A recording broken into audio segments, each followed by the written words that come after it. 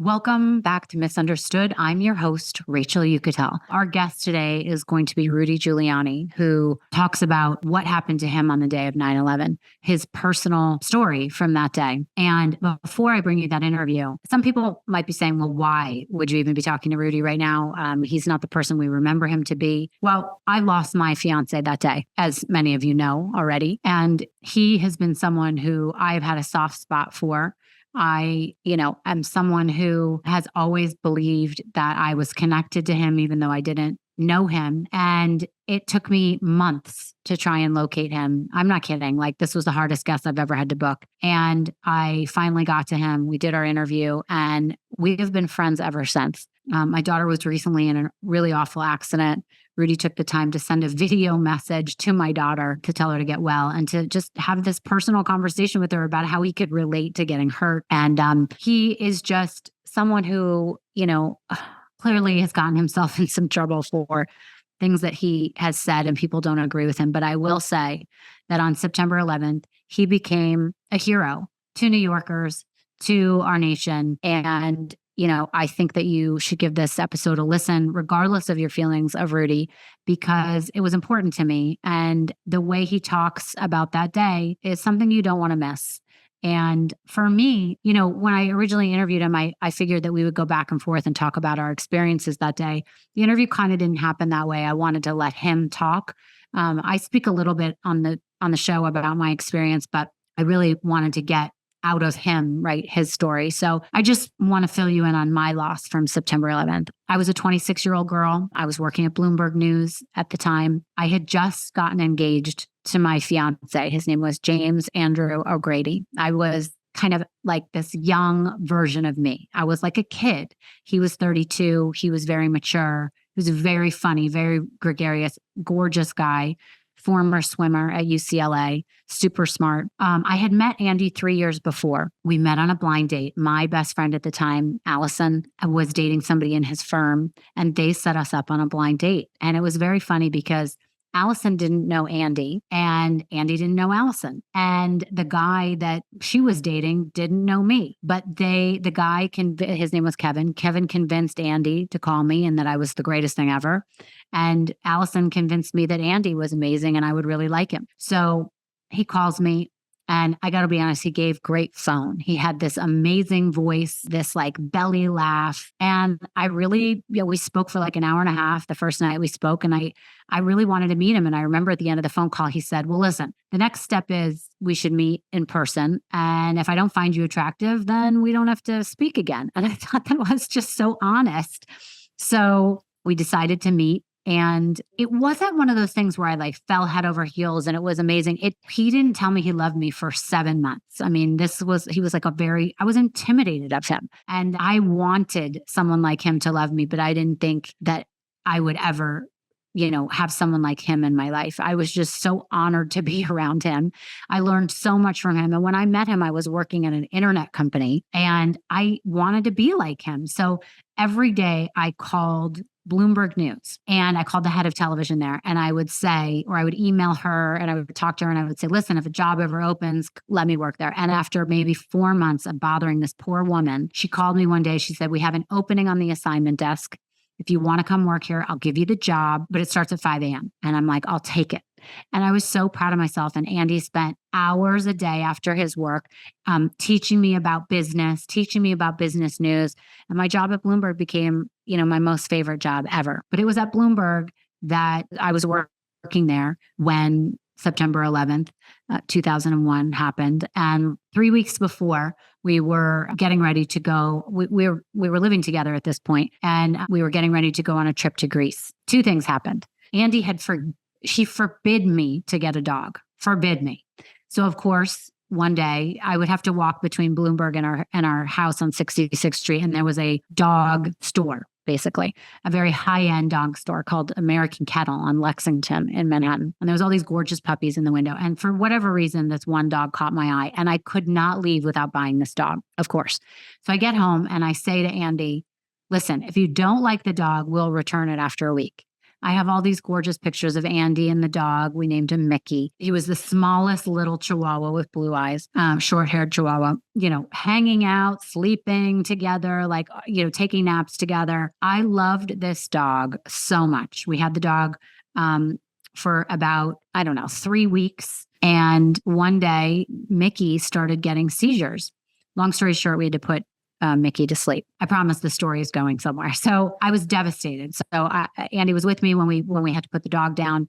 I was so upset. I loved this dog more than anything. I mean, I'm an animal lover in general, but I loved that Andy and I had this dog together that we both cared for. So Andy, after we put Mickey down, we went to dinner together and he said, Rachel, everything happens for a reason. And I kept saying, no, that's not true. Why would there be a reason for this poor innocent dog to die? And he reminded me of something that was very true. He said, Rachel, Mickey didn't know that he was supposed to live 13 years, 18 years, however long of a life he could have had. He knew that he was loved by you more than anyone that he's ever been around for the term of his life. And that was the end of his life. And he didn't know any better. There's no loss for him. He was loved. And that was his time to go. And I said, yeah, okay. I mean, it made me feel a little bit better, but that was kind of the end of the conversation. We were going to Greece the next week. He said, listen, when we come back from Greece, we will go look for a dog together. We will buy a dog that is a purebred, that is, or a rescue, something that we really are paying attention to. We're not getting it from a store. The dog ended up having distemper. That's why it died, by the way. And he promised me we'd get a dog. So we go to Greece. We have an amazing 2 weeks together. We come back on Sunday. We go to work Monday morning. At the time, I don't know if you guys remember this because it seems so long ago, but you had actual cameras and we had a disposable camera, which you had to go to like a 1-hour photo or a photo developing place to get the photos. And it actually had negatives in the photos, right? So we got 6 packs of photos back Monday night, September 10th. And we were looking through all the photos of our trip and we were having, we were so happy to get these photos back. So the morning of September 11th rolls around and we had 2 bathrooms. So I had to get up for work at 5 a.m. I was still working the 5 a.m. shift at Bloomberg. And I went in the bathroom. I took a shower. I put 1 towel on the floor, 1 towel around my body, and 1 towel around my head. And I go into the second bathroom to get ready. When I came out of the bathroom around probably 4:40 in the morning, Andy was sitting on the couch in our living room and he was watching the Weather Channel. And I was going to be late for work. So I'm kind of rushing around. And he says to me, hey, babe, I want to take those photos to work with me today. Where are they? So I give him all the photos and I sort of head to the door to leave. And I say, you know what? Andy, take the negatives out of the photos in case you lose them. I want to have them here, which he did. I said, what's the weather today? And he said, it's going to be a gorgeous day. And I walked back to the door and he said, come give me a kiss before you leave. And I said, I'll kiss you when I get home. I was running late at the time. So I go to work and he calls me at 7 a.m. when he's at work finally. And he says, Rachel, I just want you to know I'm so proud of you. You're acting like wife material already. You put the towels back in the bathroom so that I had towels when I got out of the shower. And it was a constant fight between us because I would take all the towels out of the bathroom and he would get out of the shower and never have a towel. So told me he loved me, all this stuff. Anyways, we hung up and I went back to work and he went back to work within an hour. The first tower got hit by a plane. And then soon after, a second plane hit his tower. His was the second tower to get hit, but the first tower to fall. I, of course, have a whole detailed story about what happened that morning and thereafter, which is obviously horrible. And I actually don't want to get into it now because I do want to get to Rudy's episode, but I will fast forward to a year later. I had to take a leave of absence from work. The anniversary of September 11th came about and everyone had kind of moved on and was just kind of covering it, regurgitating all the news that had happened. But I couldn't handle listening to that news. So I took some time off and I went to Brazil and I kind of did one of those trips to find myself. And I woke up in the middle of the night. I had this dream and I had been living obviously in such a depressed state and feeling just so miserable. Like I had every moment was a loss. Like I didn't know where I belonged. I had lost my future with this guy. I didn't know how to move forward. I would be in a taxi and I would be sitting by myself. I would see the empty seat and feel like, well, Andy should have been here. May rolled around. That was the date we were getting married. I thought Andy should have been here. Should have, right? So I wake up in the middle of the night and I had this epiphany.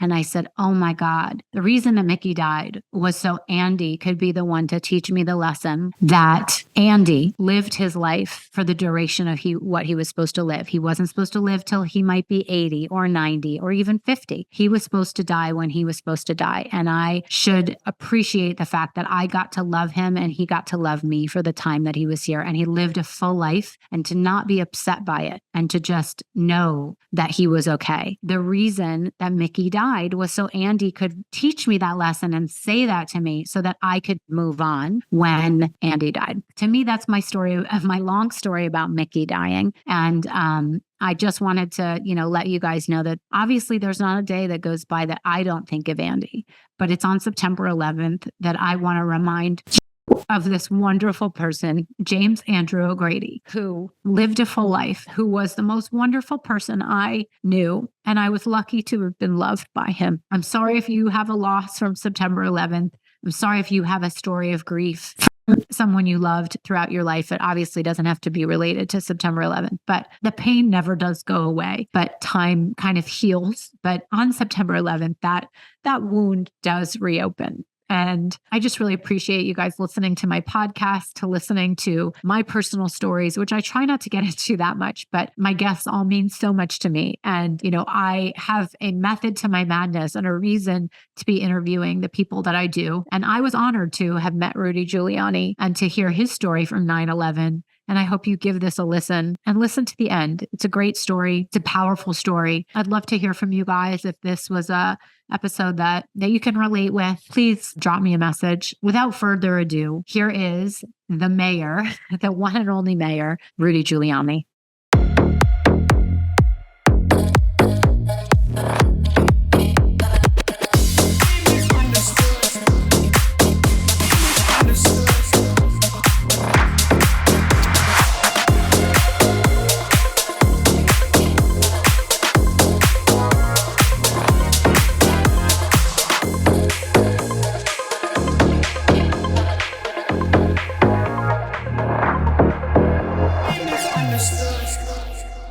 I've wanted to meet you for 22 years now, but probably longer than that. But I have always admired you, and you've been a huge part of my life. Not only because of September 11th, but I don't know if your team told you, but 2 days after September 11th, I went and got a dog to comfort me through my loss. And Andy was my fiance, who I lost in September 11th, and he forbid me to get a dog. I got a dog anyway. But about a week before Andy died, the dog, who we had only had for a month, he died of distemper. I bought him in a pet store. I was devastated. And he said, okay, we were going to Greece. He said, after our trip to Greece, we'll get a dog. We come home from Greece. The next day is September 11th. So I had lost my dog. I lost my fiance. Where did he work? He worked at Sandler O'Neill. Oh, okay. So 2 days after September 11th, I went back to the pet store and I bought a dog who I named Rudy Giuliani. And this dog, I'm telling you, to be honest with you, was the only stable love of my life that I've had. He lasted almost 20 years. Wow. Yes. And so I'm going to show you a picture because that's think good. he's That's very good luck. handsome. He's a lot better looking than me. Look at him. Oh, my goodness. Now, what kind of dog is that? He's a Brussels Griffon. Yeah, looked like very smart, too. Oh, he was. You could see that. Took after you, right? Yeah. Well, thank you. I'm very honored. Yes, of very, course. very So honored. anyways, I wanted to get into... I love dogs. Yeah, I know you do. You have one, right? I had one. I don't have one right now, but I had one. Okay. So I wanted to talk to you about your experience on September 11th because I feel like we obviously have that in common. We shared that day. I didn't know you and we went through it together, but not knowing each other. So I want to paint a picture for people that are listening right now or watching of what was going on in the state of New York and in New York in general, in the world, Homeland Security. Like, give us a little bit of a painting of what life was like. Well, I mean, it was the beginning of a new administration, right? Mm-hmm. Clinton had his 8 years, and then Bush won. So we were sort of like about 9 months into the Bush administration. Mm-hmm. Things were relatively, certainly internationally, things were peaceful. Mm-hmm. They seemed to be. although bin Laden had been causing a great deal of trouble. I don't know if we were paying a sufficient amount of attention to it. No. And he had declared war against us, Okay. which and I guess we didn't take that as seriously as we should. In the city, we were going through a renaissance. I mean, we were on the cover of one magazine after another as the city that had reclaimed itself, the city that had come back. The crime was down to the lowest levels in decades. Right. We had gone from 1.2 million people on welfare to 500,000, most of them working. And it was a city with a tremendous amount of optimism. So I think that was a good thing, because I think if we had been where we were when I first became mayor, depressed, and 75% of the people wanted to leave the city like they do now, we'd had a harder time like dealing with it. Yeah. And from my point of view, I was near the end of my term. I was going to figure out what I did next after Labor Day. Right. Because I didn't want to spend time thinking too much or looking for a job while I was mayor, because it creates enormous conflicts of one kind or another. I had a few ideas of what I wanted to do. I had a contract to write a book, Okay. which was very substantial. I think it was $1.5 million or $2 million. Right. So I wasn't worried about supporting myself after I got out. But I also was interested in I wasn't going to retire. In fact, I thought I'd work even harder Right. when I left. Hey everyone, Rachel Uchitel here from the Misunderstood podcast. Let's get real. How many of us feel consistently exhausted, struggling to focus with a to-do list that never ends? Trust me, I've been there. Recently, I've discovered something that's been a total game changer. Holistic Goddess's Bison Trifecta. It's a supplement made from freeze-dried bison organs, heart, liver, and kidney, all packed into convenient capsules. Since I started taking Bison Trifecta, my energy levels have soared and my mental clarity has never been better. It's been a lifesaver, especially as I navigate perimenopause and menopause. The best part, it's all natural with clean ingredients and no fillers. If you're looking for a boost, I highly recommend trying Bison Trifecta. And right now you can get 15% off with the code UNDERSTOOD at checkout. So go to holisticgoddess.com and learn more. holisticgoddess.com and use the code UNDERSTOOD. You won't regret it. Today's episode is brought to you by Lola V. Yes, the award-winning hair care line founded by none other than the fabulous Jennifer Aniston. Now, if you're like me, your hair goes through a lot. Coloring, heat styling, and let's not forget the relentless summer sun and humidity. I used to think I had to choose between products that worked and those that were actually good for my hair. But Jen wasn't having that, so she teamed up with top chemists to create something truly special. Let me tell you about Lola V's B Pro 3 Bond technology. It's derived from chia seeds that work to repair and protect your hair at the cuticle where damage starts. I've been using their intensive repair treatment, and it's been an absolute game changer, especially after spending so much time outdoors this summer. Just one treatment a week, and my hair feels stronger and healthier from the inside out. Now, here's the best part. Because you're an awesome listener, you get an exclusive 15% off your entire order at lolav.com. Just use the code UNDERSTOOD at checkout. Seriously, if you're going to take hair care advice, why not take it from the woman who gave us the Rachel, right? And don't forget to use the code Rachel at checkout for 15% off your order. That's LOLAVIE.com with promo code Rachel, spelled RACHEL. And hey, after you buy, make sure to tell them we sent you. Your hair will thank you. So it was about as peaceful as you can imagine. The night before it rained really hard in New York. I remember it because it was a rain out of a Yankee game where Roger Clemens was going to try to win 20 games. And I also went to a movie about Pee Wee Reese that night with Pee Wee Reese's widow and Jackie Robinson's widow. Wow. Because the next day we were going to raise money to build a statue of them. And went home, went to sleep, woke up the next morning. It was a beautiful day. And it was also primary day. Okay. So we were having our primary elections, Democratic Party, Republican Party, to nominate the candidates to run for mayor to succeed me. And the Democrat primary was kind of crowded. It was like 4 or 5 people. Republican primary were really 2 people, Mike Bloomberg, and I can't remember who was running against him. But in any event, I thought, okay, today is going to be a little bit of a lighter day in the morning. So I canceled my morning meeting that I usually had at 8 in the morning, made it for the afternoon, and I went and had breakfast with a friend, Bill Simon, and with my counsel, Denny Young, because Bill wanted to run for governor of California. And he wanted my advice. And we went to the Peninsula Hotel. Okay, in Midtown? We had a terrific breakfast, and then... What time was that? Well, I probably got there around 7:45. And then all of a sudden, as it approached 9 o'clock, one of my security people walked in and whispered to Denny Young, and Denny had a very strange expression on his face, and he said, "Mayor, I think we're going to have to leave right away. There's been there's a terrible fire down at the World Trade Center. They think a twin-engine plane hit the North Tower, Right. and it's a disaster." Right. So I got up right away. I said goodbye to Bill. He, for some reason, said, "God bless you," which seemed kind of ominous. But Yeah. although, because at that point, we didn't know how bad it was. Right, right. And the minute I got out, I looked up and I saw a beautiful sky. And I said, well, this was no accident.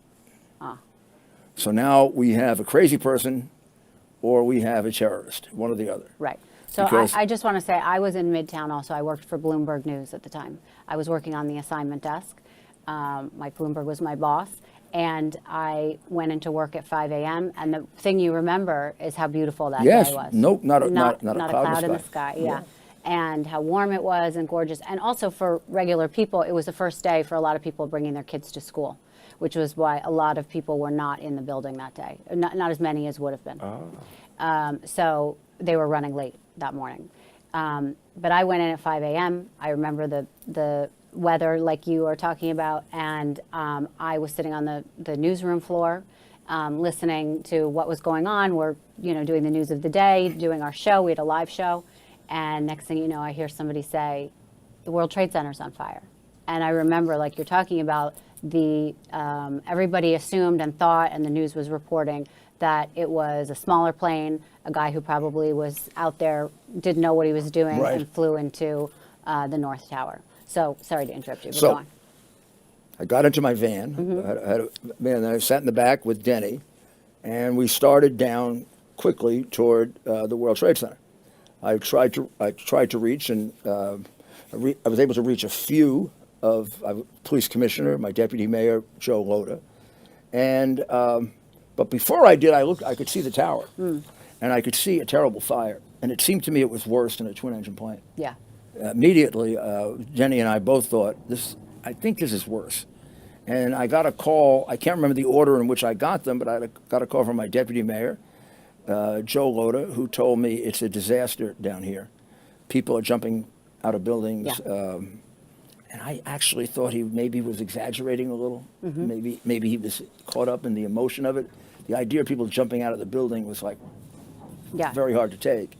And very hard to imagine of how awful things must have been for their choice to jump rather than stay where they were. Then the police commissioner, I talked to the police commissioner, and we didn't know what it was, but we said we're going to assume it. Let's assume it's a terrorist attack. You always assume the worst. We also had a trial going on 3 blocks away from City Hall, about 8 blocks away from the World Trade Center, of Al-Qaeda terrorists. And that had resulted in my having to close down a number of blocks in the city. So we were being warned about attacks. Right. Not that kind of an attack, but attacks. And we did know that if it was a terrorist attack, it was probably bin Laden. Right. Because of the focus on that trial. But at that point, we still didn't know for sure it was a terrorist attack. And as we got about a mile away, very close, I saw a big, big explosion. I didn't know what it was. I thought maybe it was a secondary explosion from the first one. Right. And Bernie, police commissioner, called me immediately and said a second plane hit. It is definitely a terrorist attack. Right. I said, geez, we're at war. And he said, yep. Yeah. And I tried getting through to the White House, and I couldn't. So I said, Bernie, when I get there, let's set up a command post right nearby, and let's put in hard lines because we need regular telephone lines. These cell phones aren't working efficiently, and we've got to talk to the president. He said, we've been able to get through, and I think we're going to have air cover pretty soon, but we got to make sure. So I said, okay, well, you set up a command post, and I'll meet you, and we set the place we were going to meet, and then we'll have to go over to the fire department command post and make sure everything is coordinated. So I got there 10 minutes later, maybe less, and they came up to me, they meaning my deputy mayor, Joe, and Bernie, the police commissioner, the deputy police commissioner, and a group of my staff. And Joe was the first to tell me again how terrible it was, and that we were doing everything we can to clear the area. Now, at this point, people didn't have the creativity, is an awful word, but the creativity to even think that the towers could fall at this point. Or did you think that there was a chance that they might? You mean quickly? Yeah, No. quickly or at all. Oh no, I thought they could fall. You did? Well, not at that point. I hadn't seen quite how bad it was. Right. But by the time I left the command post, the fire department, I knew they were going to come down at some point that day or later, but in stages. Okay. Not implode. So I went to the fire department. I took the police commissioner with me. I could see that they were setting up a headquarters in a Merrill Lynch field office. Okay. They threw the people out. People seemed very happy to get out. And they were putting in these big trunks, these big hard lines. So I felt pretty secure that we were going to get through. And I said, well, the first thing I'm going to do is I'm going to go see the fire chief because he's running this. And let's make sure he's got everything he needs. So we walked about 3 blocks, and we got right below the North Tower, and Chief Gansey was there with the fire department fights a fire with the commander as close as he can get to getting a full view of the fire. Yeah. He has like a board, like a podium, and on that podium is a recreation of the fire. It's where he can move his men around. Yeah. And that's what he was doing. And he already had a lot of people in the building. So I said, when I got there, I looked up and I saw a guy jump. And I tell you, it was really a traumatic experience watching this person jump, watching him come all the way down. And I grabbed Bernie's arm and I said, Bernie, this is different than anything we faced before. We don't have a plan for this. We're just going to have to make the best decisions we can and then ask God to make them right. Right. And he said, well, at least we got a lot of experience. Yeah. And I said, oh, well, okay. And I've got a lot of experienced people. And I went up to the chief and I said to the chief, can we get helicopters up there? Because there were a lot of people up there. And the chief looked at me and he said it to me in a very interesting way. He said, I can't get my guys above the fire. Interesting. So I looked and I could see that there was a firewall. Yeah. And what he was saying is, I can get my people. And then he said, I can save everybody. No, here's what he said. I can save everybody below the fire. Okay. He was telling me, in a euphemistic way, those people up there are dead. Wow. Wow. I didn't feel the impact of that until that night when I thought about it. But what he was saying was, those people are dead. Yeah. Now, I emotionally realized because I looked at them and I said, oh my God, there's people going to die. Yeah. And he said, I can't put a helicopter up there to blow up. The flames are too inconsistent. Right. And he said a helicopter rescue for civilians is very, very hard anyway. Right. At that height. But it's really not in the cards given the flames that are coming out of there. Now, it turns out they did save everybody below the fire. The 9/11 Commission said it was the most effective rescue so far in American history. That they saved every person that was conceivably able to be saved. Interesting. So they saved everybody below the fire. Yeah. Luckily, they were able to get above the fire. The chief didn't know that, but a few areas they got above the fire, and they were able to get some people down. You mean climbing up through the staircase? Through the back stairs, they weren't affected. But the reality is that 90% of the people above the fire died. Right. And probably even before many of them even before the building collapsed. From smoke inhalation? Mostly from smoke. Yeah. Because the smoke up there was incredible. Yeah. People on the roof maybe survived until the building came down. Yeah. As soon as I finished with the fire commissioner, I went back to the police department headquarters they had set up. And I asked to get the president. And I got on the phone one of his assistants, who was a good friend of mine. And the first thing I asked him is, do we have air cover? And he said affirmative. And the minute he said that, he was not a military guy. And the minute he said affirmative, I said, oh my goodness, we're already into military language, affirmative. Yeah. And it was a funny feeling. And he said, yeah, the vice president ordered fighters out to protect New York. They should be there by now. Yeah. I said, okay, well, thank God, because we don't want to. I said, how many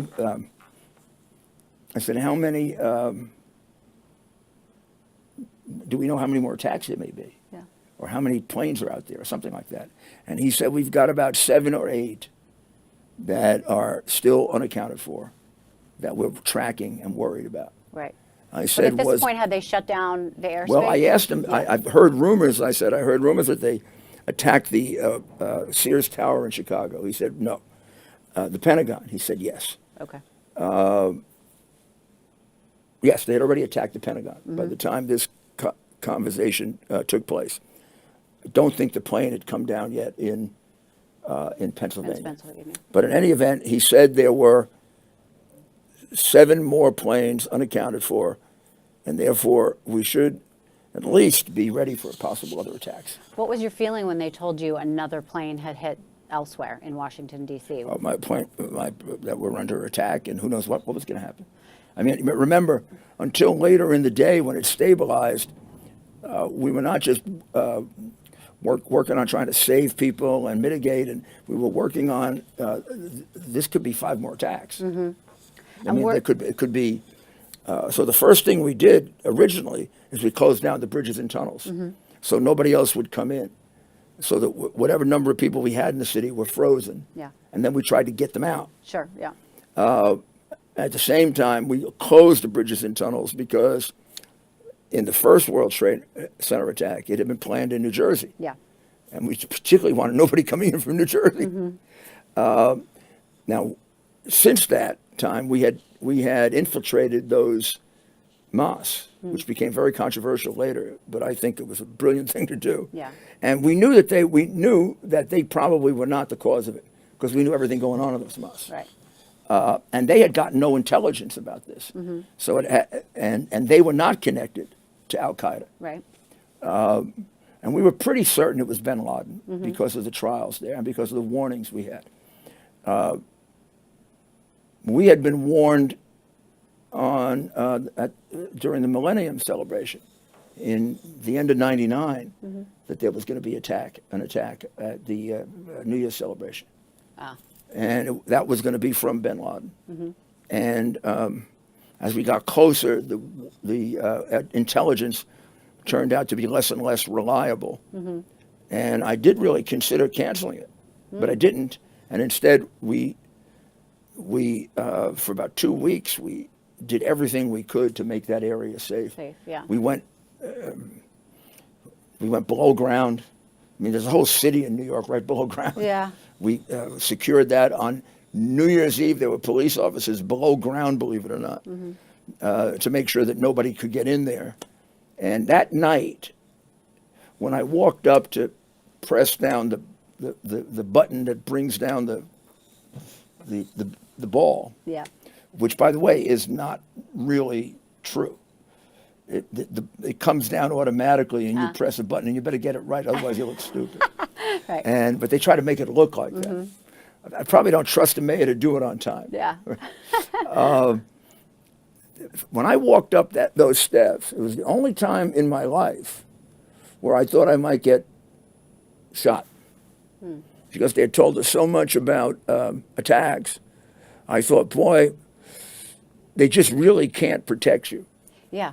Now, I have had a lot of experience with protection. I was the Associate Attorney General when Ronald Reagan was shot. And I helped arrest Hinckley. And I helped to rearrange his security afterwards. So I was kind of an expert even on my own security. Yeah. Because I had done it for many, many other people. Right. And I've been threatened numerous times, and it never bothered me. Yeah. That was the one time I looked at the buildings, and I thought about, boy, all they had to do is put one person in there. It's a good shot, and Right. I'm gone. Right. And It's I interesting. said, Security is such an interesting thing. Homeland Security has a huge job that they have to get it right every time and be prepared every time. And 100%. terrorists only have to get it right once. and they don't. Most of the time, they get it wrong. Think of all the terrorists we catch. Yeah. Right. But when they get it right, it's Devastating. it's devastating. Yeah. It's like looking for a it's like looking for a little thimble in a big giant bale of hay. Yeah. I mean, it's the other thing strange about it, Rachel. After it happens, you can go back and find the things you should have looked at, Yeah. but they were buried. Right. And I've never been a second guesser about this, except a few times where it was obvious. Some of the latest attacks that have taken place, it seems to me something's wrong in our warning system because you've had these people that are mentally ill, Yeah. and they've threatened and they've been online. I think particularly the Boston Marathon. That guy had gone to Russia. Yeah. The FBI decided not to continue, but didn't turn it over to the local police. Right. I'd have gone crazy when I was the mayor if they did that to me. Right. If they had found this guy who was all involved with the Chechen rebels, had just gone to Russia, but decided, oh, we don't have enough resources, and they didn't let the New York City Police Department know, there'd have been a revolution. I mean, I would have gone crazy. Yeah. Sometimes you have to do that. You have to stage that Yeah. in government to get attention. So I think we've gotten sloppy. But the reality is that one, when you found the things that warned about it, they were buried so far in the ground, it'd be hard to say that anybody did anything wrong in not finding it out. Right. Right. After the fact. And then the theories, the easier to say. conspiracy theories about it disgust me. Yeah. They What are really your, disgust what are me. your feelings It about almost that? seems it's sacrilegious, you know. I know what happened. Everybody knows what happened.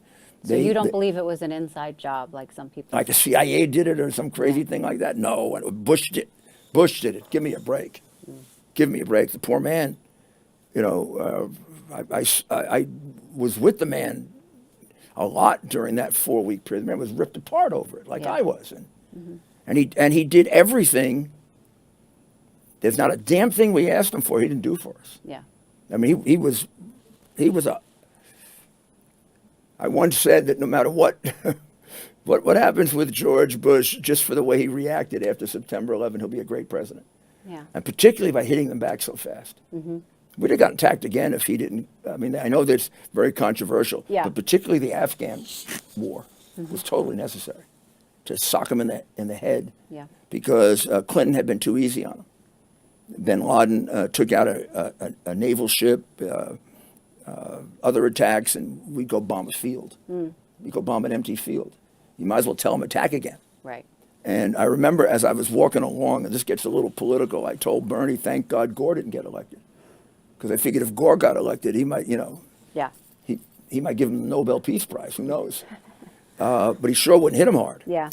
And I knew Bush was a tough guy. Right. And that there'd be a hell of a reaction. Now, you can start debating the Iraq war and all that, but that immediate reaction, I think, was critical to our not being attacked again. And it also took out their resources. I mean, Right. those soldiers who were on horses, and those people are incredible. Right. None of them knew how to ride horses. Yeah. I met them. They came and brought me, and I too bad we're not at home, because I have at home a knife and a headdress of the first guy they killed. Wow. And they brought it to me with a plaque. And they said, I want you to take this for the people of the city. Wow. I really should give that to the museum. I think I will. Yes, that's amazing. So let's get back to the day of September 11th. What were your feelings when the first tower came down? And where were you exactly? I was after I finished with the fire department chief, I went back to the headquarters, Okay. the temporary headquarters we had set up. And what street was this on? So it was on Park Place and Barrow. Okay. So we walked in. The police department remarkably had already transformed it. And they were all on the phone. And it seemed to me as I walked in, said the White House is on the phone for you. So I went into one office, and it was this gentleman that I mentioned who worked for the president. And I said, I'd like to talk to the president. And he said, he said, we're evacuating the White House, and the vice president will call you back. So I had an image in my head that they were evacuating the president from the White House. When he said, I did not realize the president was in Florida and speaking to children, and what eventually was the case. So that was somewhat ominous when he said that. I thought, my God, the White House is being evacuated. He said, the vice president will call you back very, very shortly, but you have air protection. Be alert to the fact that there could be other attacks.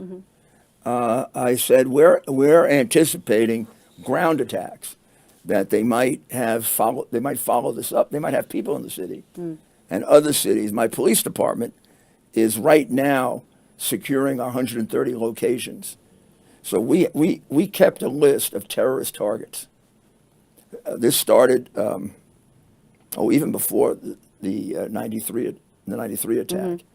And remember, I had been U.S. attorney before, which was very helpful because I was very familiar with the Joint Terrorism Task Force. I prosecuted their cases. So the Joint Terrorism Task Force, which is a great idea and started in New York, FBI, police department together, sharing intelligence. We used to use arrests of terrorists, and then we would go through, or the FBI would go through their targets, and from that we would create a list of their most their priority targets, from 1 to about 130, and we kept changing it depending on who we arrested. Sure. So let's say we had, for example, killed several terrorists in Brooklyn about a year earlier. So we took out of that building all kinds of plans. And based on those plans, and then whatever happened all around the country, which we would give that to the FBI. They would give us, we would come up with this list. And the number one target on the list was not the World Trade Center. It was the stock exchange. Particularly, almost every terrorist that I ever was involved in arresting or got intelligence about, they had a great interest in our bridges and tunnels. Yeah. They had all kinds of plans for our bridges and tunnels. In fact, about a year earlier, we had killed a guy who had all of the plans for a subway connection in Brooklyn. And we shot him in the building he was in as he was going for the toggle switch to blow up the building. Oh, wow. So we had a lot of experience with terrorism, but not this particular kind of attack. As soon as I got off the phone, it seemed to me very quickly, one of the policemen came in and said, the vice president, or maybe he said the White House, is on the other phone. So I walked over 2 offices. I picked up the phone with the White House secretary, who said, Mayor Giuliani. I said, yes. He said, Vice President Cheney will be on in 1 minute. I said, thank you. And I'm holding onto the phone. And I have my chief of my security detail, John Houvain, next to me. And all of a sudden, the desk starts to shake. It looks like an earthquake. I look outside. I hear yelling and screaming. People going on the desk. John takes me. The phone goes out. John takes me. And John was an Irish football player, so he was a big guy. He took me, and he's trying to put me down under the desk. And I said, I'm not going to that I'm not going to that desk. Yeah. Bullshit. I watched Patton. I'm not doing that. Yeah. So I stood up. I stood up and I said, what the hell happened?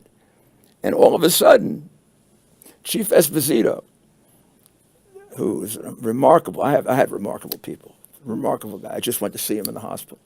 Chief Esposito yells out, the tower came down. Now, I thought, and so did John, and so did Bernie, the police commissioner, when he said the tower came down, he meant the tower On the top. at the top of Yeah. the World Trade Center. I didn't think he meant the entire building. But all of a sudden, our building starts to shake like it's going to fall apart. And for about 3 minutes, I really thought we were going to get killed. I meant it was just going to crash in on us because the building was. So we came out and we huddled together while this is going on. And the building is shaking. You can hear noises. And did you have windows near you? Could Yeah, you yeah. see- The windows didn't break, believe it or not. But you could see outside very quickly a cloud Yeah. that looked like an atomic explosion. It looked like what you would imagine Hiroshima or Nagasaki were like. And also, in a strange way, pretty soon, wasn't right away, it's like it was almost like there was a wind pushing it through. It was like moving. Yeah. So we try to decide, we can't go outside. We can't stay in the building. We had just experienced the thing shaking like it was going to fall down. Who knew what was going to happen to it? So I said, I remember this is connected to a building on Park Place where the law department is located. Those buildings are next to each other. I bet there's a connection underground to them. And the police commissioner said, yeah. Yes, so one of them did. So we went down. This is a group of about 40 people. But it's a very significant group because it's the police commissioner, the deputy police commissioner, and the chief of the police department. Those are the three most experienced people in the police department. Yeah.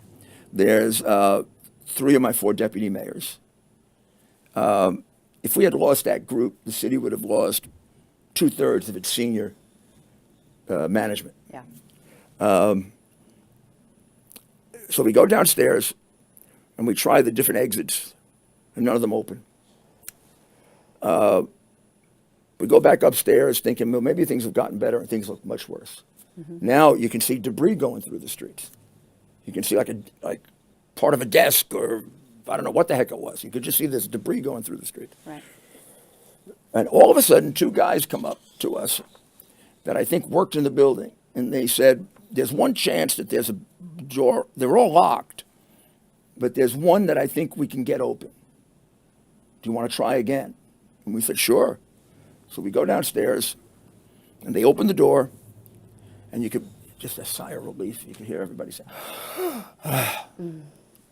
We walk out into the lobby of Park Place, and when we look outside, you sort of say to yourself, I just went from bad to worse. Because outside was a disaster. Right. And people were walking in the building cut. And one of my deputy police commissioners who had been on my police detail and was a martial arts champion.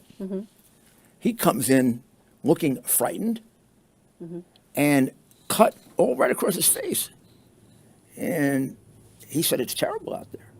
Yeah. So we got to decide, do we stay in the building or do we go outside? And I talked it over with Bernie and with Denny, and we decided, it's the strangest decision. I mean, strange when you think of it in retrospect. We decided that if we went outside, we'd lose less people. Because if we stayed in the building and that building came down, we'd lose the entire top management of the city. Yeah. And at this point, other people had joined us. But if we go outside, we'll lose some people because they'll get hit, but we're not going to lose everybody. Were you guys worried at this point that the second tower was going to come down? Didn't even think of it right away. Right. And didn't know the tower came down. Oh, right. You're still thinking it was the top. Yeah, but in the back of my mind and everybody's mind is, this seems like an awful lot of damage for just the top of the building coming down. So we thought that maybe other parts were continuing to come down.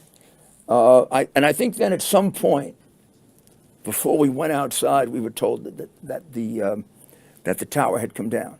Entirely. Yeah, but we know what that meant.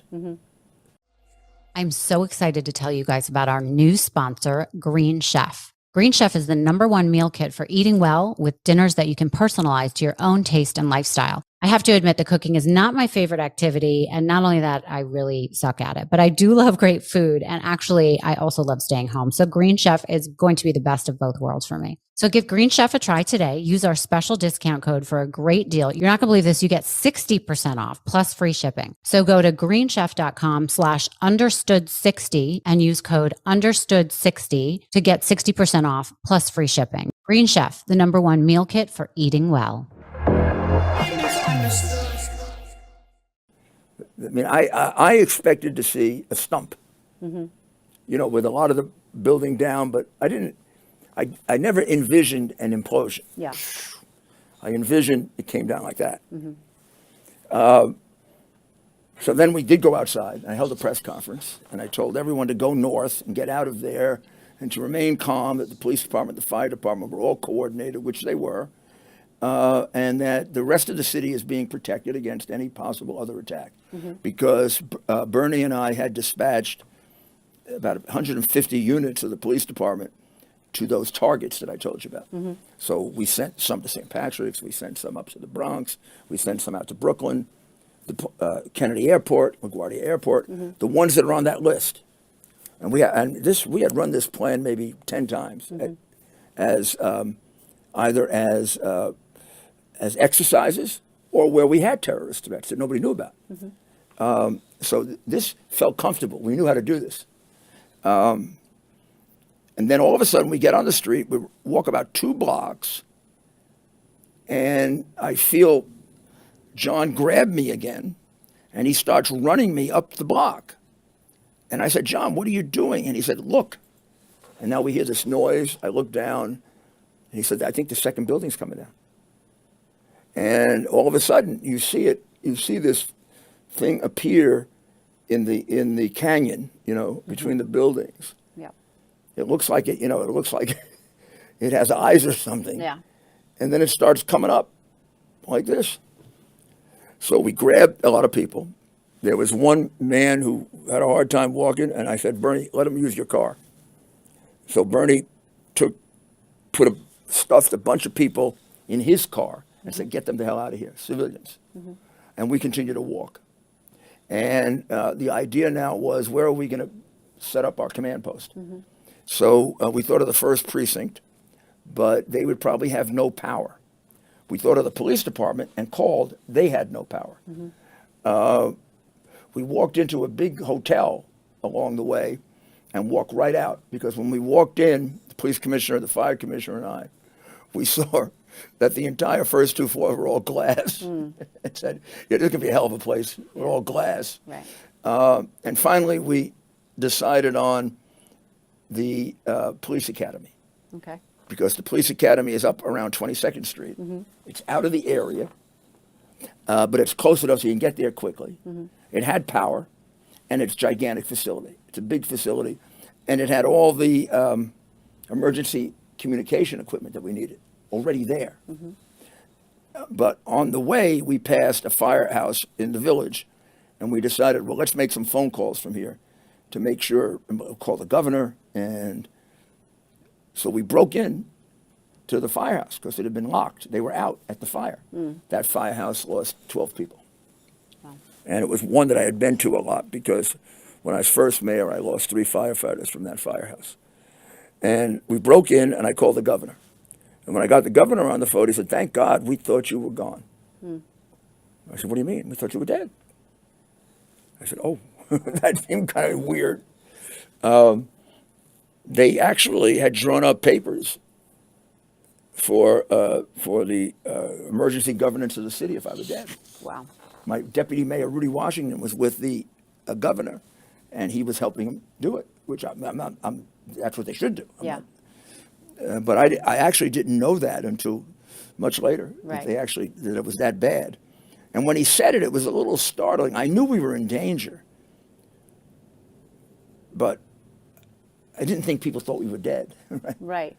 And I probably didn't realize how long we were trapped because I was so busy trying to figure a way out. It seemed like it went by very fast. Yeah. And then the governor and I decided to meet I told him I was setting up a command post at the police academy. And we decided to meet there. And we made a decision that I think was very, very critical. And it's a decision that I lecture people about all the time in an emergency. Mm-hmm. We decided that until this emergency was over, we were going to be together constantly. We're going to put our two staffs together. Right. We're going to hold our meetings together. We're going to make our decisions together. And he said, I will join you at the police academy, and from now on, your staff and my staff will be joined at the hip. Mm-hmm. And I don't know if he just recommended that or I recommended that, but we both immediately agreed to it. Mm-hmm. And the reason we did that is because there's no time in an emergency for the staffs to fight with each other. Mm. And they inevitably will. Right. In an emergency, things go wrong. Mm-hmm. And they're all political. So then they blame someone else. So let's say something went wrong. The governor will be fine with it. I'll be fine with it. The president will be fine with it. But my staff will blame him, or his staff will blame me. Or plus, you want things to get done like that. Mm-hmm. So we can't call Albany, get approval, then go to Washington. So they all came together. For the next month and a half, we ran our staff meetings together. He ran the state, and I ran the city from our emergency management center, which then moved up to Pier 90 something or other. There are a lot of stories that are somewhat well known in the last 22 years or so that, are repeated every anniversary. So we know about some of these people that have died. Is there a story that stands out to you that people don't know, or someone that affected you that still kind of haunts you? I'll tell you one that isn't mentioned enough, but because you don't know who he is. When I took the first group of family members down to the World Trade Center, which we didn't allow for about 10 days. Mm-hmm. And I did it by boat, because at that point our headquarters was up on the west side, right at the pier, because we needed unlimited space. Mm-hmm. And we got a boat, and we went down, and I took as many family members as I could. And one person was there who had actually been in the building. She worked in the building, and her father was a firefighter. Mm-hmm. And she worked for, I think, Morgan Stanley. And she said that, I said, what happened in the building? Because Morgan Stanley got a lot of people out because of the head of security, Rick Riscoller, who actually went around and to every floor and told them to get out, mm-hmm. and actually pushed them out. He never got out. Wow. He was the last one out, like the captain with the ship. Mm-hmm. So I knew that story. She said, but you don't know. I wish I could find out who this man is, because he was standing by the elevator and he was helping people get on and pushing them in and pushing them in. And I was one of the last people pushed in. And I said, well, you come in now. And he said, no, let's get the young people in. I've already had my life. Mm-hmm. Wow. And she said, as I was coming down, the building came down. She said, and that's going to be with me for the rest of my life. I think about it every night. Yeah. I could see his face saying, I've had my life. You people are young. You go first. I'll get out. Don't worry. So do you do something on every anniversary that is special to you? Yeah. Well, a couple of things. I go to the ceremony all the time. I go to church. I go to the ceremony. And I get together with my people at night. And then many other things, depending on who needs me, or I do something with the Tunnel to Towers every year. But I get together at night with the people that I survive with. Yeah. And it's very, I think it's very important to talk about it. Mm-hmm. And I tried afterwards very, very hard to get the right treatment and the right help for a lot of my people. Some of whom still resist it. Yeah. Because of macho. But the ones who have gotten it have really come through it really well. Did you get treatment for yourself? No, but I think I did by talking about it so much. Yeah. I mean, and by getting it for them, I learned an awful lot about what the therapy is and how it works. And, Yeah. And an awful lot of it is really talking about it. Yeah. So it's interesting because I had to go to therapy to deal with it way after. I couldn't at the beginning, but it was very hard to speak to somebody who hadn't gone through it. And even when I watch, horrible things that happen, buildings coming down, children being shot, whatever it is, unless you're part of it, you're just watching. You're from the outside looking in, and it's hard to really feel the pain that people go through. And that's why those groups are so important. Yeah.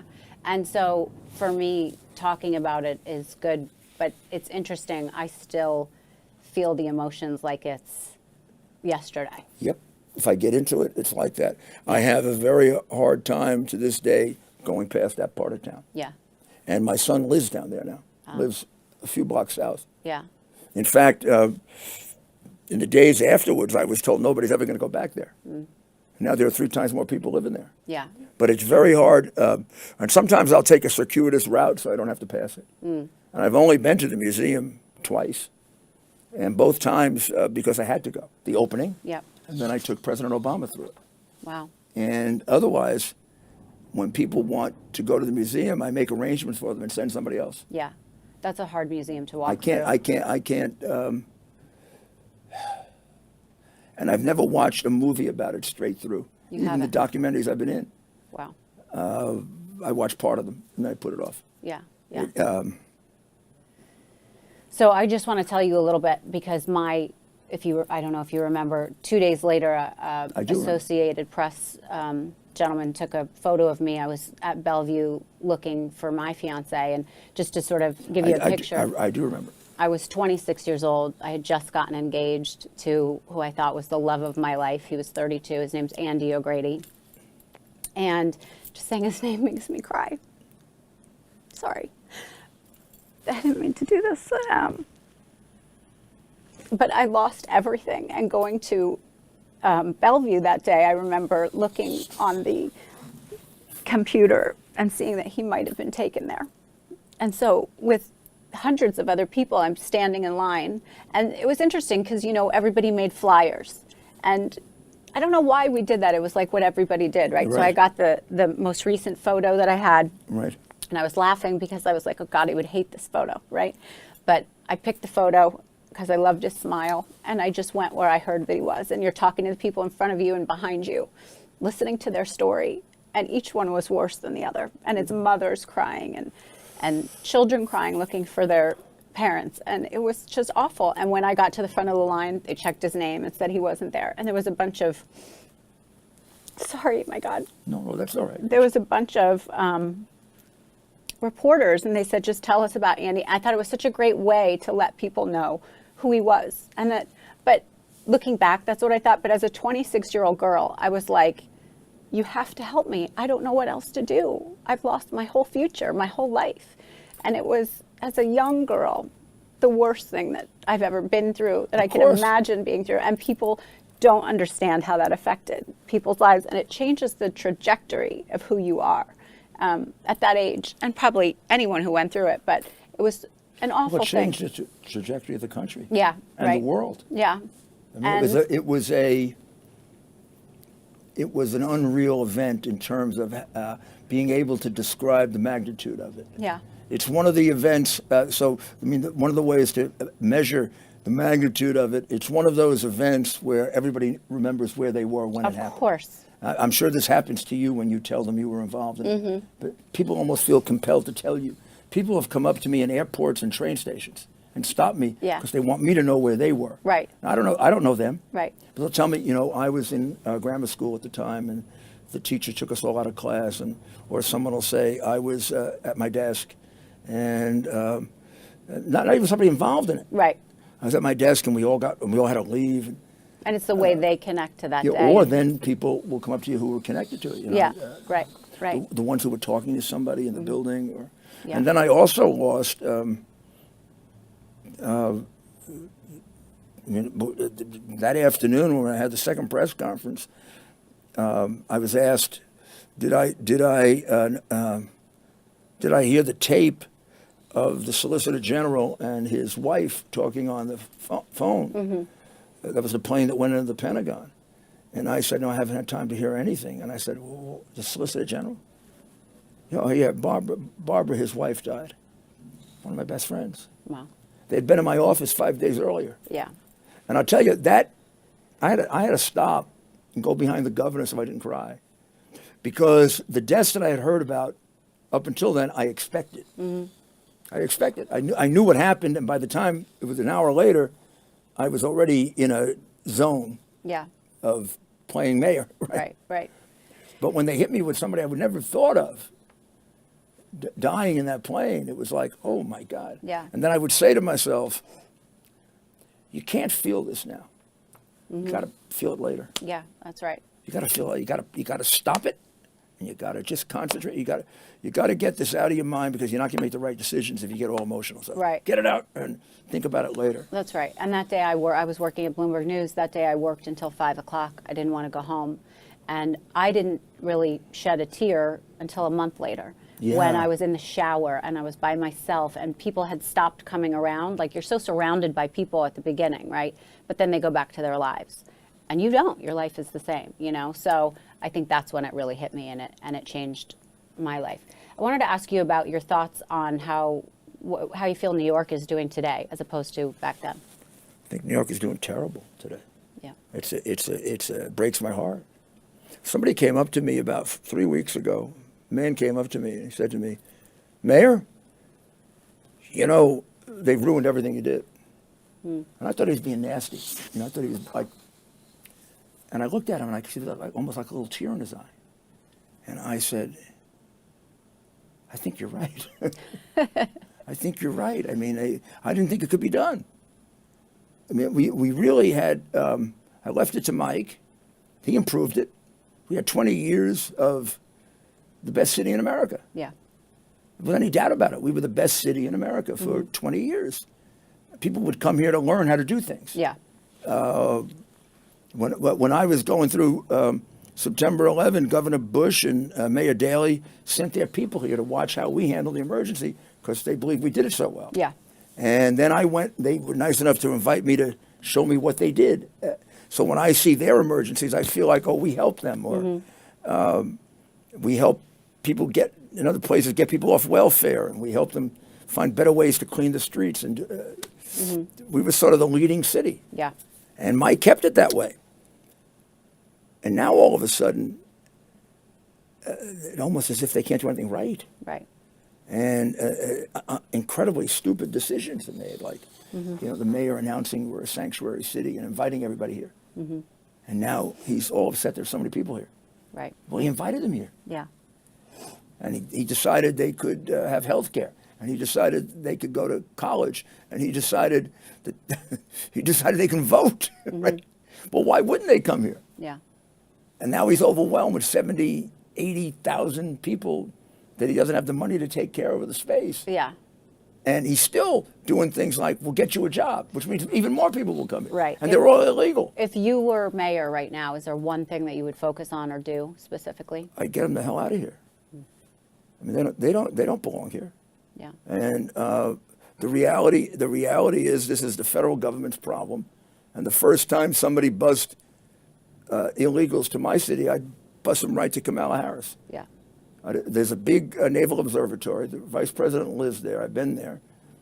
She's got plenty of room there. She could have taken care of the first 10,000, and then they would stop. Right. And plus, I'd be on television every night saying, if the president doesn't close the border, we should impeach him. This is all Biden. I mean, he's at the Democratic convention in 2020. He told the illegals to surge over the border.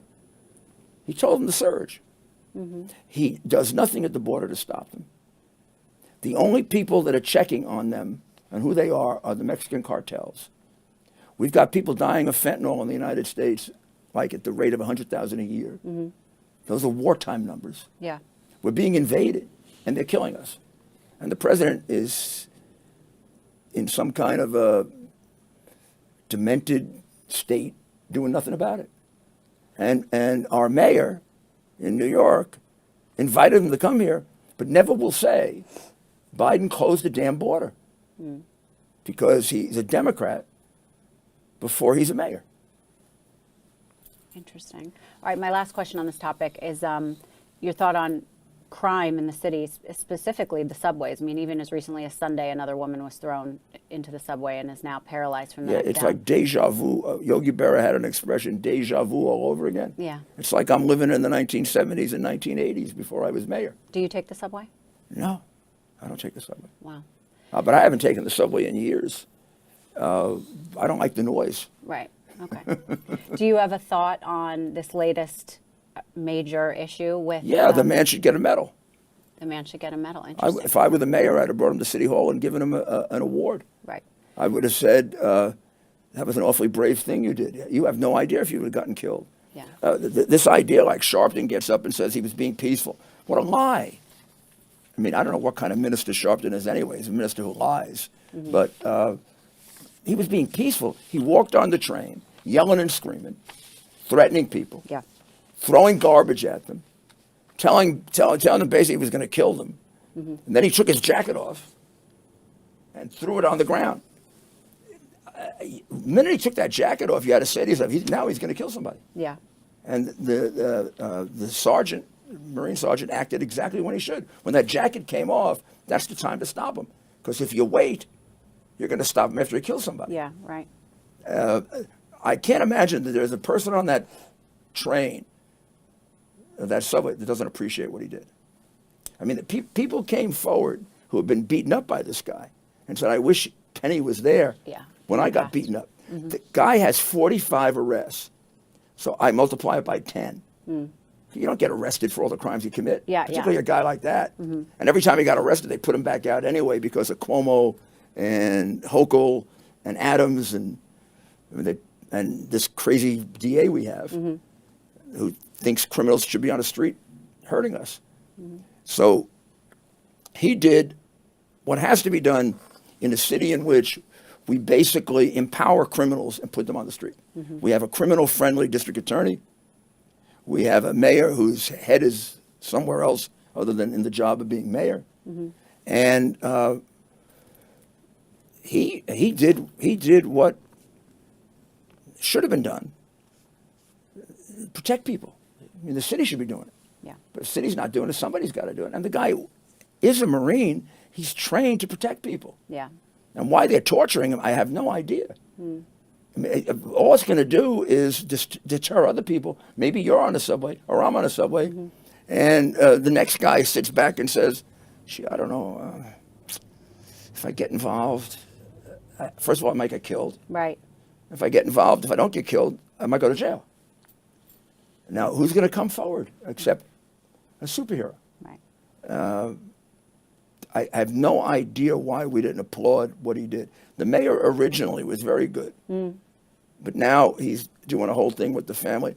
And you see that the uncle who was the spokesman just got arrested himself. Yeah. Yeah. So when the family does all this stuff about him, I also say, why the hell weren't you taking care of him? Yeah. I mean, you talk about the system failed him. Well, you didn't do much of a job either. Yeah. I mean, the guy goes into this rehab program and he checks himself out. How come you don't go get him and put him back in? Yeah. Mental health crisis is such a big issue. The mental health crisis is an issue, but there's also accountability. Yeah, that's true. And don't go start blaming this poor guy who acted that way. Yeah. When I can't imagine you as a family did what you should, or otherwise you wouldn't be on the street. Right. Well, you're a busy man. I know you have places to be. I'm just going to do a quick lightning round with you to lighten the mood for 1 second, if you don't mind. Is that okay? I don't mind. Okay. Favorite restaurant in New York? Fresco. What TV show are you binging right now? I'm rewatching The Tudors. Okay. What was your favorite Tina Turner song? Gosh, I don't remember. Okay. What's Love Got to Do with It? Did you like that one? Yeah, I did. Okay. What is your favorite city and why? You mean other than New York? Sure. Well, New York's my favorite city. There isn't any doubt about it. I debated the mayor of London, who then became the prime minister, about which city is better, New York or London. And I won based on the restaurants. Right. There's nothing compares to New York. Okay. It's New York is a thing unto itself. Okay. What does success mean to you? Helping people and feeling a sense that you made a difference. What does failure mean to you? Failing to do that.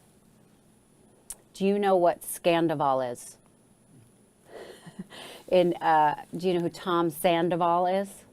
Sandoval? Have you heard these names? These are people in reality TV. It's the biggest No, scandal I don't watch in reality. America right now. I don't watch reality TV much. Okay, that's a like good- I know all those housewife things, and I've met some of them, and they come up to me and say, "I'm on the Housewives of Mars" or whatever, and I say, "Gee, I don't. That's nice. Okay. That's really good." It doesn't impress you then? No, the reality shows don't. Okay. What are you doing right now that we should be aware of? What should we look for from you in the future? Well, I'm building my own channel, and we're on. Now we're up to really good numbers, 500,000. Pretty soon we're going to expand even further. Okay. I really feel that we've got to create as many First Amendment respecting media organizations as possible. So I'm in the middle of creating one online. Plus here on ABC, I get a chance. I feel like I give people news that's censored, that's suppressed. For example, yesterday Biden said that Pelosi helped get us through the Great Depression. Now that's insane. Recently, he said he gave his uncle the Purple Heart when he was vice president in the White House. His uncle was dead for 7 years before he was in the White House. So they don't tell people that. Well, the American people should be informed that their president is non-compass menace. The president of the United States is losing his brain and doesn't know sometimes where the hell he is. When he went to Cambodia, he thought he was greeting the president of Colombia. Those are things that we're entitled to know, because a country is entitled to have a president who knows what they're doing and knows who they are and knows where they are. And Biden has been, for some reason, the crooked press in this country takes on the mission of covering up everything for him. He's also a massive criminal. 30 years of taking millions of dollars. I have it all in my apartment on the hard drive. And he's sitting in the White House. He's obviously in some pretty late stage of senility. And he's a 30-year serial criminal. And I think he's got to be brought to justice. And last question, speaking of presidents at the moment, DeSantis came out today, or is coming out now, on Twitter with Elon Musk, as you know, announcing his presidential bid. What do you think of the way he's doing it? Well, first of all, I like the way he's doing it because I'm on Twitter. Okay. And I was the first one to do, I think, a live show on Twitter. And we've got tremendous numbers. So all this is going to do is help us. Yeah, okay. And I actually put that aside. I think it was you have to look at it from DeSantis' point of view. He's far behind. And so when you're far behind, you got to throw a curveball. Nobody's going to pay attention to just a regular announcement. So I think it was very smart to do it that way. Even though you say, well, it's only a limited audience, it's still millions of people. Second, if he doesn't do that, he doesn't get like one of America's heroes right now sitting next to him. Right. Particularly for the right. I mean, I think Musk is probably the second most popular person among Republicans right now. Trump is the most popular, 70%. But Musk is probably the second. And to have him sitting next to you is worth a lot at an announcement. So you might as well go on his channel and do it. But right now, I think it's probably not doable. I don't think he can catch Trump. You don't. And I have a funny personal feeling about it, because I do know that Trump made him governor. Not only did he make him governor, he sent me there to help him, ordered me to go there, even though I was involved in defending him at the time. And I'm Italian, and loyalty is very important. And so is he, DeSantis. In fact, his family comes from the same town in Italy as my family, in Avellino, Gesualdo. Very few people come from that town. And I don't understand it. The man made you. You're a young man. He's an older man. Let him have his chance. Let him have his chance to redeem himself. I mean, he left the country in great shape. This crook who's demented took over and ruined the country. The country's ruined right now. Got people killed that shouldn't be killed. None of those people in Ukraine be dead if Trump had remained president. Putin would have invaded Ukraine if Trump were president. Not in a million years. Right. So all those people in Ukraine would now be alive if we hadn't made that mistake. How about the people in Afghanistan that got killed because of him? And how about the people all over America that are getting killed because he's got Soros district attorneys letting criminals go free? Soros is the biggest contributor to those district attorneys, to Black Lives Matter, to Antifa, and to Joe Biden. So we can't take a chance on not winning the next election, or we may not have the America that we love if we have it right now. Right, right. And lastly, I just want to throw this in there. Do you feel misunderstood? And if you do, what do you think is the most misunderstood? Of course I thing feel about misunderstood. you? All the people who attack me have no idea what a decent, wonderful, nice person I am, and that I'm thoroughly honest. That I mean, they've accused me of every crime imaginable. They've investigated me more thoroughly than just about anybody but Donald Trump. They investigated 20 years of my business activities. They took everything I have. They didn't find anything. Right. They couldn't even make anything up. So I wish they would stop these ridiculous attacks. I'm an alcoholic. Somebody just said that when I wake up in the morning, I drink scotch. It's totally ridiculous. How could I have accomplished what I accomplished? I was an alcoholic. I was going to say, how would you get through the I mean, day? an alcoholic destroyed the mafia. An alcoholic was able to take over the Teamsters Union and change it. An alcoholic led the city on September 11, or reduced crime more than any mayor in the history of the city or any city ever. Nobody comes close to the crime reduction that I did. There's no mayor in history that ever reduced crime by 60%. And no mayor ever saved more black lives than I did, because most of the lives saved by that were black. So I don't mind if you politically oppose me. My political views are conservative and Republican. And I respect people who are liberal and Democrat. I don't respect people who lie about me and get so insane about it that they have to personally attack you. And it's getting worse and worse. Yeah. I've read the most ridiculous things about me that have nothing to do with who I am. Right. And the media has such power with narrating a story for someone, and the public's appetite for that feeds on it and feeds on it, makes it bigger and bigger. And a lot of times people do not know how to decipher fact from fiction. Sometimes it hurts me. Sometimes it hurts me because there are things that are really important to me. My reputation as a lawyer is very important to me. And the Bar Association of this city, which is left and woke to an ultra extent, suspended me because I'm a danger of causing a riot. It's absurd. I had nothing to do with that riot. In fact, an Obama judge, dismissed me from a case saying that. But the Bar Association still refuses to allow me to practice my profession because they hate Trump. The hatred of Trump is a sickness. And then they go after his lawyers, his friends, they try to destroy you. They don't just try to oppose you. They try to destroy you. They took away my law practice. They try to get me fired here all the time. That's why I started my own my own network, my own channel, because they can't stop me, and I'm not going to stop, and I'm not going to keep my mouth shut, and I'm going to tell the truth. Otherwise, the worst thing would happen. I wouldn't respect myself. Right, right. So if people want to hear more from you, they can listen to you. Oh, they can listen to me on RudyGiulianiCS.com. Okay. They can go right there and they can get everything. They can subscribe. And then I'm on WABCRadio.com every day and on Sundays. And then they can go to Twitter and they can get me 8 o'clock at night, every night. They can also get me on YouTube and any of the social media, 8 o'clock at night. Right. Okay, great. I appreciate you doing this. It was such a Thank you, pleasure, and I wish you the best. I wish you the best too. Thank you.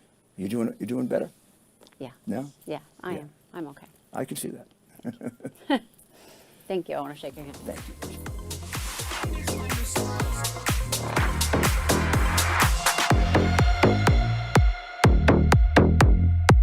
Thank you so much for listening to Misunderstood. I'm your host, Rachel Uchitel. Please be sure to subscribe to the show and give us a 5-star rating and review.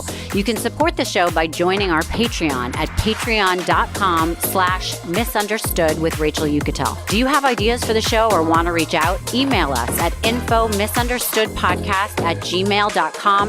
That's spelled MISS understood. Thank you so much, and I'll see you next time.